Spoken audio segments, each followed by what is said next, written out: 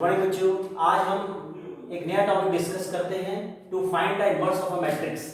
इसके दो टॉपिक मैंने आपको पहले डिस्कस किए थे। इनवर्स निकालने के लिए नया टॉपिक, नया मेथड है, उसके थ्रू हम इसको फाइंड आउट करते हैं। उसके लिए जो फॉर्मूला यूज होना है वो है A inverse equals to adjoint A upon mod A, where mod A is not equal to 0। अब इसमें हमें जब इनवर्स निकालते हैं तो उसमें हमें दो चीज की जरूरत पड़ती है, एक एडजॉइंट ए, एक mod A. Mod A means that is called determinant, इसको हम डिटरमिनेंट कहते हैं। तो इसको किस तरीके से निकालते हैं उसको हम एग्जांपल के थ्रू समझते हैं। तो एक एग्जांपल मैंने एनसीईआरटी का लिया है और इसमें हमें इनवर्स फाइंड आउट करना है। सबसे पहले स्टेप 1 में आते हैं, to find the determinant of A. सबसे पहले हम डिटरमिनेंट ऑफ ए निकालेंगे, दैट इज मॉड ए बोलते हैं इसको।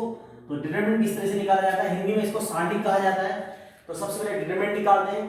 तो ये आपका मैट्रिसेस है कि डिटरमिनेंट है। मैट्रिक्स और डिटरमिनेंट में ब्रैकेट्स का डिफरेंस है। देखो ये ब्रैकेट बंद है, ये ओपन ब्रैकेट है। इसको हम खोल भी सकते हैं, इसको हम एक्सटेंड कर सकते हैं। इसको एक्सटेंड करने के लिए हम रो का भी यूज कर सकते हैं और कॉलम का भी यूज कर सकते हैं। तो मैंने रो के रिस्पेक्ट में इसको एक्सपेंड किया है। रो का फर्स्ट एलिमेंट 1 आया, जिस रो में वो एलिमेंट बिलोंग करता है, जिस कॉलम में एलिमेंट बिलोंग करता है उसको एलिमिनेट कर देते हैं, उसे हटा देते हैं। तो ये रो और ये कॉलम हट जाएगा, जो बचा वो उसके साथ मल्टीप्लाई में आएगा। फिर दूसरा एलिमेंट लिया जाएगा उसी रो का, R1 का, उससे पहले माइनस लगेगा, माइनस फिर वो एलिमेंट, रो और column eliminate, first row column second column eliminate, 3 1 -2 3। ऐसे फिर पहले माइनस आ गया, फिर अगला प्लस आएगा, 2 आया, फिर जिस रो जिस कॉलम में उसको एलिमिनेट कर दीजिए। अब इसको हम जब सॉल्व करते हैं, इसे सॉल्व करने के लिए क्रॉस मल्टीप्लिकेशन की तरह किया जाता है। 0 3 से इनटू होगा, 0 आ गया, फिर बीच में माइनस आएगा, 0 -2 से इनटू हुआ, 0 आ गया। इसी तरीके से इसको माइनस माइनस प्लस 1 हो गया, 3 3 जा 9, फिर माइनस -2 1 जा 2, फिर ऐसे 2 3 0 0 1। इसको कैलकुलेट करके आप मॉड्यूलो फाइंड आउट करेंगे। जब मॉड्यूलो की वैल्यू 0 के इक्वल नहीं आएगी, in that case we will find the A inverse. यानी कि ए इनवर्स तभी निकल सकता है जिस समय मॉड्यूल ए की वैल्यू 0 के इक्वल नहीं आती है। अगर वैल्यू 0 के इक्वल आ गई, then we can not be find the value of A inverse. तो उस समय हम ए इनवर्स का मान नहीं निकाल सकते। तो यहाँ पर ए मॉड्यूल हमारा 11 आ गया, इसका मतलब हम ए इनवर्स निकाल सकते हैं। अब हम अगले स्टेप्स में आते हैं। Step 2, to find adjoint A. इसको हिंदी में कहते हैं ए का सहखंडज। एडजॉइंट ए का मतलब सहखंडज होता है। तो हमने ए ले लिया जो दिया था। अब उसके लिए सबसे पहले हमें निकालने पड़ते हैं कोफैक्टर ऑफ ए। इसको हिंदी में सहखंड कहते हैं। कोफैक्टर निकालने का तरीका इसको मैंने पीछे डिस्कस किया था पहले।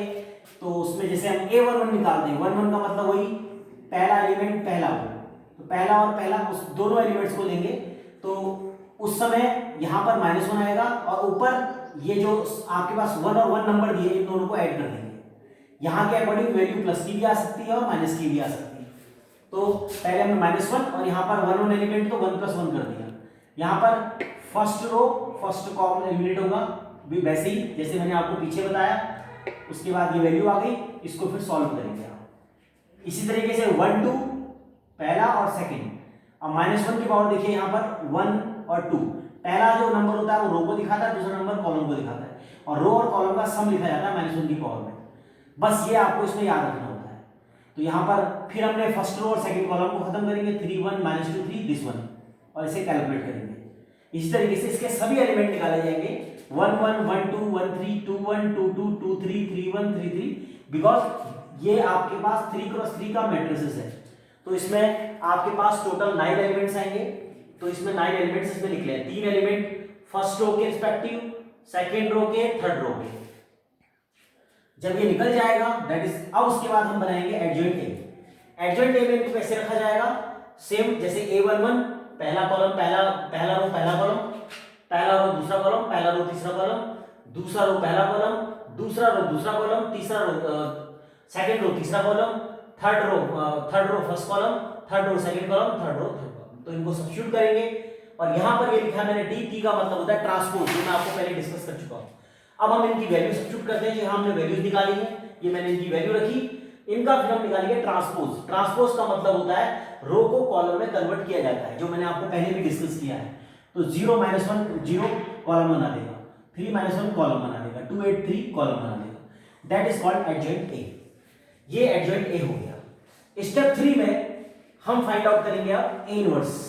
इसके लिए मैंने आपको फॉर्मूला पीछे लिख दिया है, यहां पर फॉर्मूला मैंने आपको डिस्कस किया है। अब हम A inverse equals to adjoint A mod A, या 1 mod a adjoint a। अब इसमें सिर्फ आपने वैल्यू सब्स्टिट्यूट करनी है। mod a की वैल्यू आपको पता है 11 निकाली थी आप लोगों ने, और adjoint a हमने ये निकाला, इसको यहाँ पे सब्स्टिट्यूट करके रख देंगे। अगर आप इसको डिवाइड करना चाहते हैं 11 से, तो ये 11 सब के साथ डिवीजन होगा, 0/11, 3/11, 2 हर एक एलिमेंट के साथ 11 से डिवाइड करेंगे। अगर वो नंबर डिवाइड हो सकता है तो ठीक है, अदरवाइज आप इतना भी आंसर लिख सकते हैं। यहां पर जो फॉर्मूला आपने कोफैक्टर के लिए यूज किया है, इसको मैं यहां पर लिख देता हूं कि इसमें किस तरीके से यूज होता है कोफैक्टर निकालने समय। जैसे aij इक्वल्स टू होता है -1 की पावर i प्लस j, और इसको कहते हैं mij, that is called minor. ठीक है, कोफैक्टर निकालने के लिए that is called cofactor, that is called minor. इसको हम कोफैक्टर कहते हैं। सहखंड हिंदी में सेकंड कहा जाता है, और mij that is called minor, इसे माइनर कहा जाता है, और हिंदी में इसे कहा जाता है उपसारणिक। तो इस तरीके से यहां पर इस फॉर्मूले का यूज करते हुए आप इसको कैलकुलेट करते हैं। ये वीडियो देखिएगा, शेयर करिएगा और कमेंट करिएगा, और कोई प्रॉब्लम हो तो मुझे डिस्कस करिएगा। धन्यवाद।